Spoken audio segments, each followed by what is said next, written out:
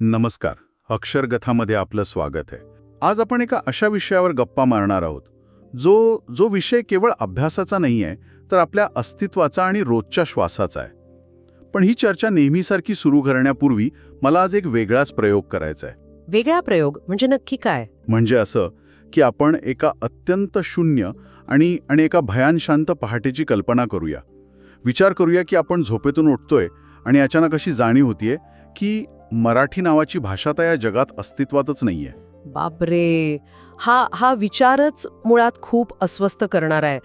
म्हणजे ती सकाळ कशी असेल? अगदी तीच कल्पना करायची आहे. सकाळी उठल्यावर घरात आईच्या तोंडून ऐकलेले ते मायेचे शब्द गायब. आजोबांनी रात्री झोपताना सांगितलेल्या त्या अद्भुत परिकथा पुसल्या गेल्या आहेत. शाळेत पहिल्या दिवशी तालासुरात पाठ केलेली ती पहिली कविता, पाढे, हे सगळं एका क्षणात कुणीतरी मेंदूतून पुसून टाकलंय. वर्तमानपत्र उघडलं तर ती वळणदार अक्षरं तिथे नाहीयेत. टीव्हीवरच्या बातम्या, रस्त्यावरच्या शिव्या, मित्रांची टिंगलटवाळी, सगळीकडे एक अनोळखी भाषा आहे. आपली मायबोली कायमची हरवली आहे. खरं सांगू, हा नुसता विचार अंगावर काटा आणतोय.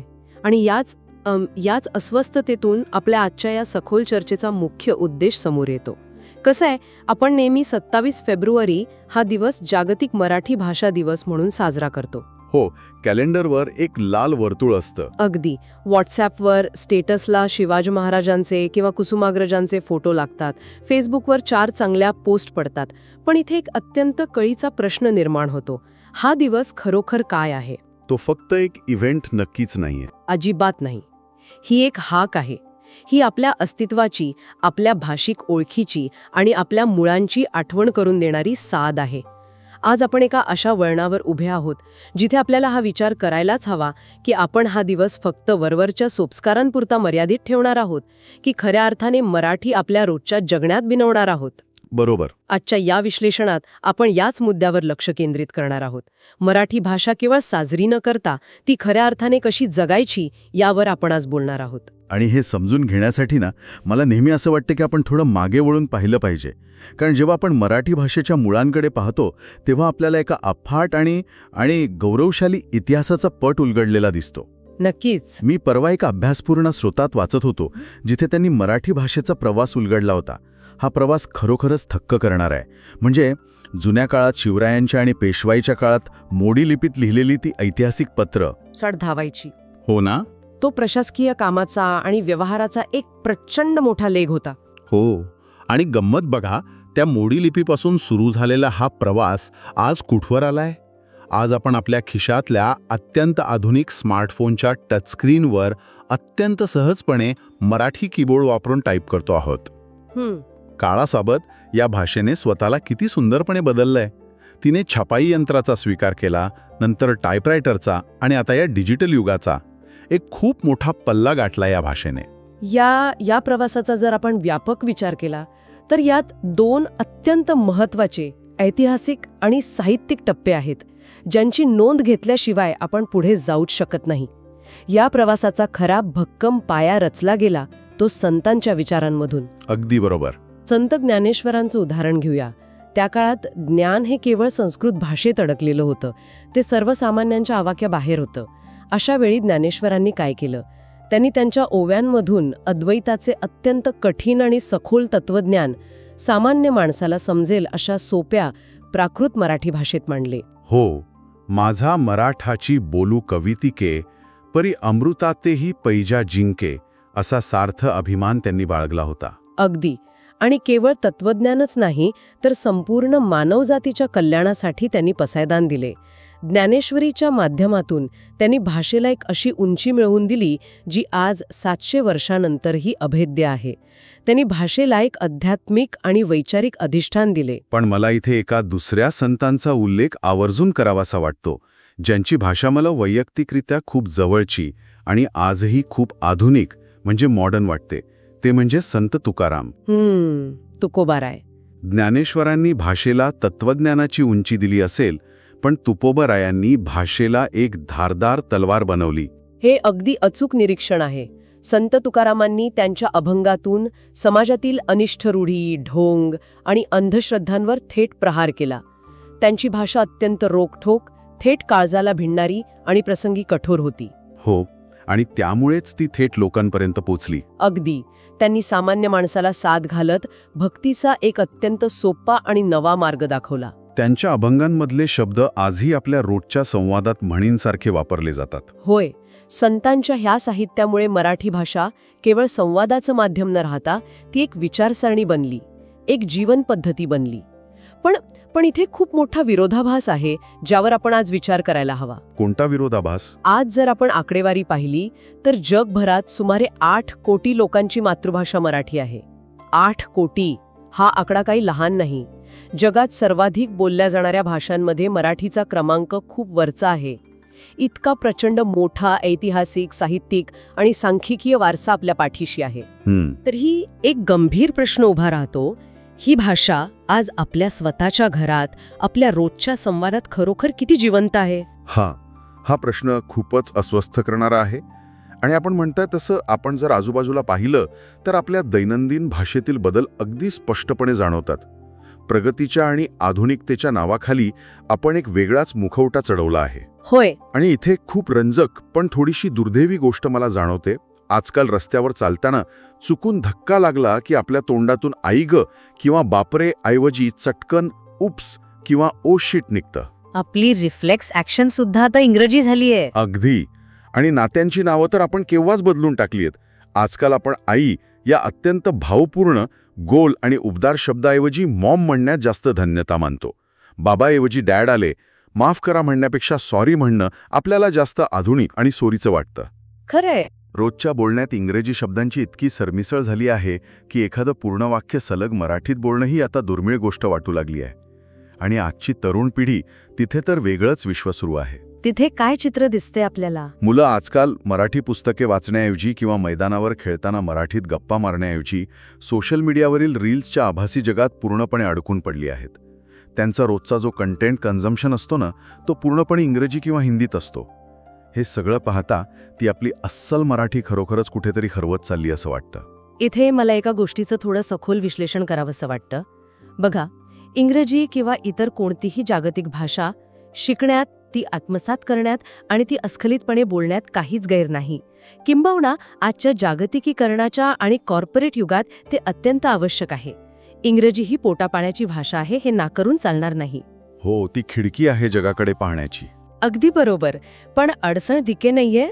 अडचण तेव्हा निर्माण होते जेव्हा इंग्रजीच्या नादात आपण आपली मातृभाषा दुय्यम मानायला लागतो किंवा चक्क विसरून जातो.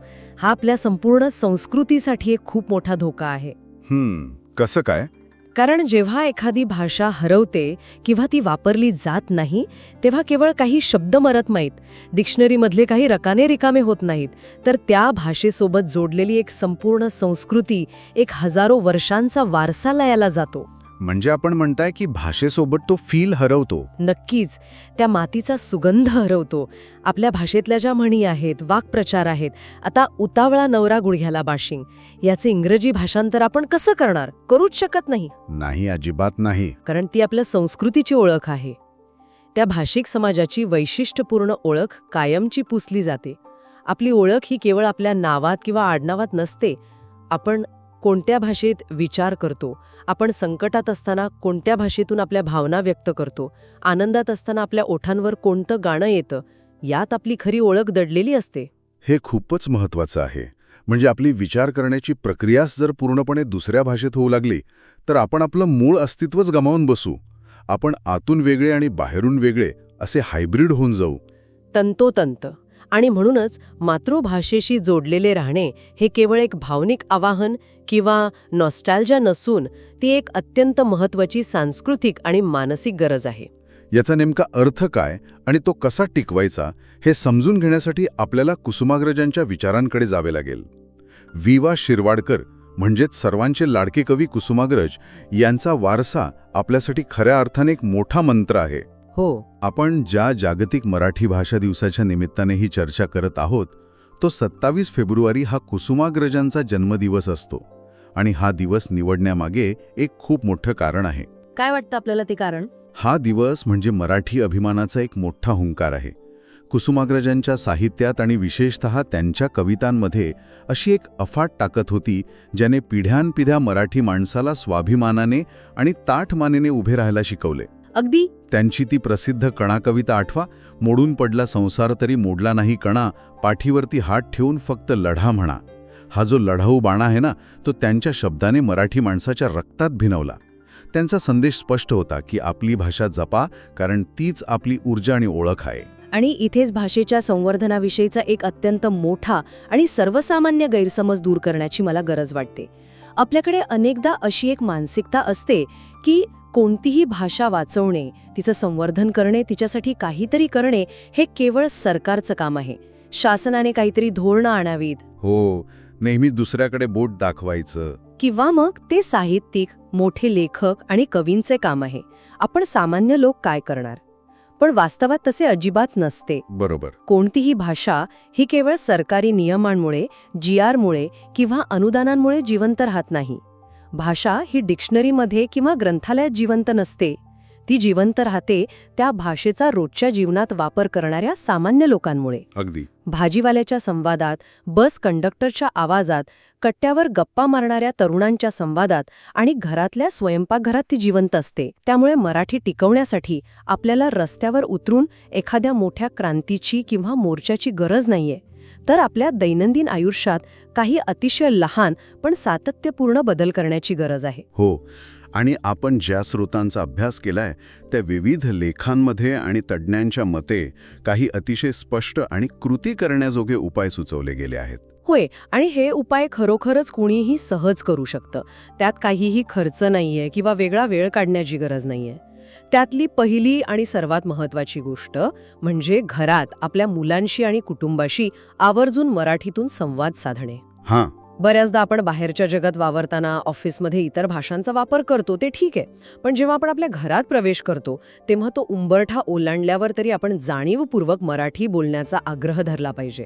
मुलांशी इंग्रजीत बोललं तरच ते स्मार्ट होतात, हा भ्रम आपण आता मोडला पाहिजे. अगदी योग्य मुद्दा. आणि दुसरी महत्त्वाची पायरी म्हणजे आपली हरवत चाललेली वाचन संस्कृती जपणे.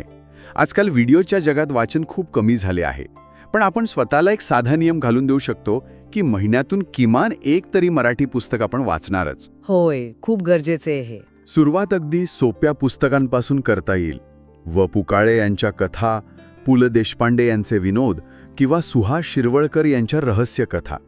यामुळे केवळ नवीन शब्दच कळत नाहीत, तर विचारांची प्रगल्भता वाढते आणि भाषेची लय समजते. आणि तिसरी गोष्ट जी आजच्या या स्मार्टफोन आणि डिजिटल युगात अत्यंत गरजेची आहे, ती म्हणजे सोशल मीडिया आणि इतर डिजिटल माध्यमांवर व्यक्त होताना मराठी भाषेचा जाणीवपूर्वक वापर करणे. म्हणजे नक्की कसं?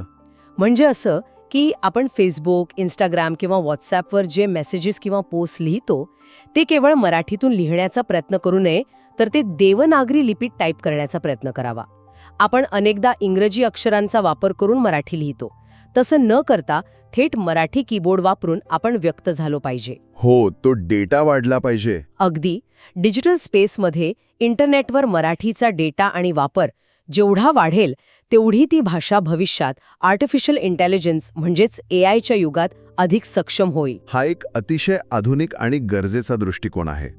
आणि चौथी आणि मला वाटतं सर्वात दूरगामी परिणाम करणारी गोष्ट म्हणजे पुढच्या पिढीमध्ये भाषेची गोडी निर्माण करणे. आपण आपल्या लहान मुलांना कॉमिक्स किंवा परदेशी कार्टून्स दाखवतो, पण त्यासोबतच त्यांना मराठीतील बोधकथा, शिवाजी महाराजांचे ऐतिहासिक प्रसंग आणि आपल्या समृद्ध लोककथा सांगायला हव्यात. नक्कीच. जेव्हा मुले या कथा ऐकतात तेव्हा नकळतपणे ते त्या भाषेच्या गोडीशी आणि त्यातील मूल्यांशी जोडले जातात. रात्री झोपताना सांगितलेली एक छोटीशी मराठी गोष्ट त्यांच्या मनावर कायमचा ठसा उमटवू शकते. हे चारही मुद्दे खूपच प्रॅक्टिकल आहेत आणि आपण आजपासूनच याची सुरुवात करू शकतो. हो, आता आपण या अतिशय रंजक आणि सखोल चर्चेच्या अंतिम टप्प्यात आलो आहोत. या क्षणी मला सर्वांना एक छोटीशी विनंती करायची आहे. आपण सर्वांनी एक क्षणभर डोळे मिटावेत आणि एका गोष्टीवर अत्यंत शांतपणे विचार करावा. जरा आठवून बघा, आयुष्यात उच्चारलेला तो सर्वात पहिला शब्द कोणता होता? खूपच भावनिक प्रश्न आहे हा. तो शब्द नक्कीच मराठी होता. आई, बाबा, दादा, काहीही असेल, पण त्या एका शब्दात आई-वडिलांची अथांग माया दडलेली होती. तो पहिला शब्द केवळ एक आवाज नव्हता, तर ती अस्तित्वाची, संवादाची सुरुवात होती. त्या शब्दानेच आपल्याला ह्या जगाशी जोडलं. आणि ह्याच अतिशय भावनिक आणि महत्त्वाच्या धाग्याला पकडून आपण आजच्या या सखोल चर्चेचा निष्कर्ष काढू शकतो. आजच्या या संपूर्ण विश्लेषणातून आणि गप्पांमधून एकच महत्त्वाची गोष्ट समोर येते. मराठी भाषा ही केवळ वर्षातून एकदा 27 फेब्रुवारीला स्टेटस ठेवून साजरी करण्यासाठी नाही आहे, तर ती रोजच्या आयुष्यात प्रत्येक क्षणी जगवण्यासाठी आणि वाढवण्यासाठी आहे. अगदी 100% खरं. जोपर्यंत आपल्या छातीत श्वास आहे तोपर्यंत ही मायबोली अशीच डौलाने मिरवली पाहिजे. एका सुंदर स्रोतात मला एक अतिशय प्रभावी वाक्य वाचायला मिळालं होतं. मराठी नुसती भाषा नाही, ती आमचा श्वास आहे, आमचा प्राण आहे. जय महाराष्ट्र, जय मराठी. हे केवळ शब्द नाही आहेत, तर हे एक वचन आहे जे आपण स्वतःला आणि आपल्या पुढच्या पिढीला दिले पाहिजे. हे वचन आपण पाळलंच पाहिजे. आणि जाता जाता या चर्चेला एका वेगळ्याच पातळीवर घेऊन जाणारा एक नवीन विचार आपण सर्वांनी आज आपल्या मनात रुजवायला हवा. आज आपण पाहिलं की आपली खरी ओळख आपण ज्या भाषेत विचार करतो त्यात असते. पण आज रात्री झोपताना स्वतःला एक प्रश्न नक्की विचारा. कोणता प्रश्न? तुमची स्वप्न कोणत्या भाषेत पडतात? बापरे, हा प्रश्न खूपच खोल आहे. हो ना, कारण ज्या दिवशी आपली स्वप्ने आपली मातृभाषा विसरतील, ज्या दिवशी आपण स्वप्नातही परक्या भाषेत बोलू लागू, त्या दिवशी आपण खऱ्या अर्थाने आपली मुळं कायमची गमावून बसू. यावर नक्की विचार करा. तुमची स्वप्न, तुमची भाषा कोणती आहे हे स्वतःला विचारा. पुन्हा भेटल्या अशाच एका नव्या, रंजक आणि विचार करायला लावणाऱ्या विषयासह आपल्या पुढच्या भागात. तोपर्यंत दर्जेदार वाचन करत रहा, नवं काहीतरी शिकत रहा आणि सर्वात महत्त्वाचं, आपली मायबोली अभिमानाने जपत रहा. नमस्कार.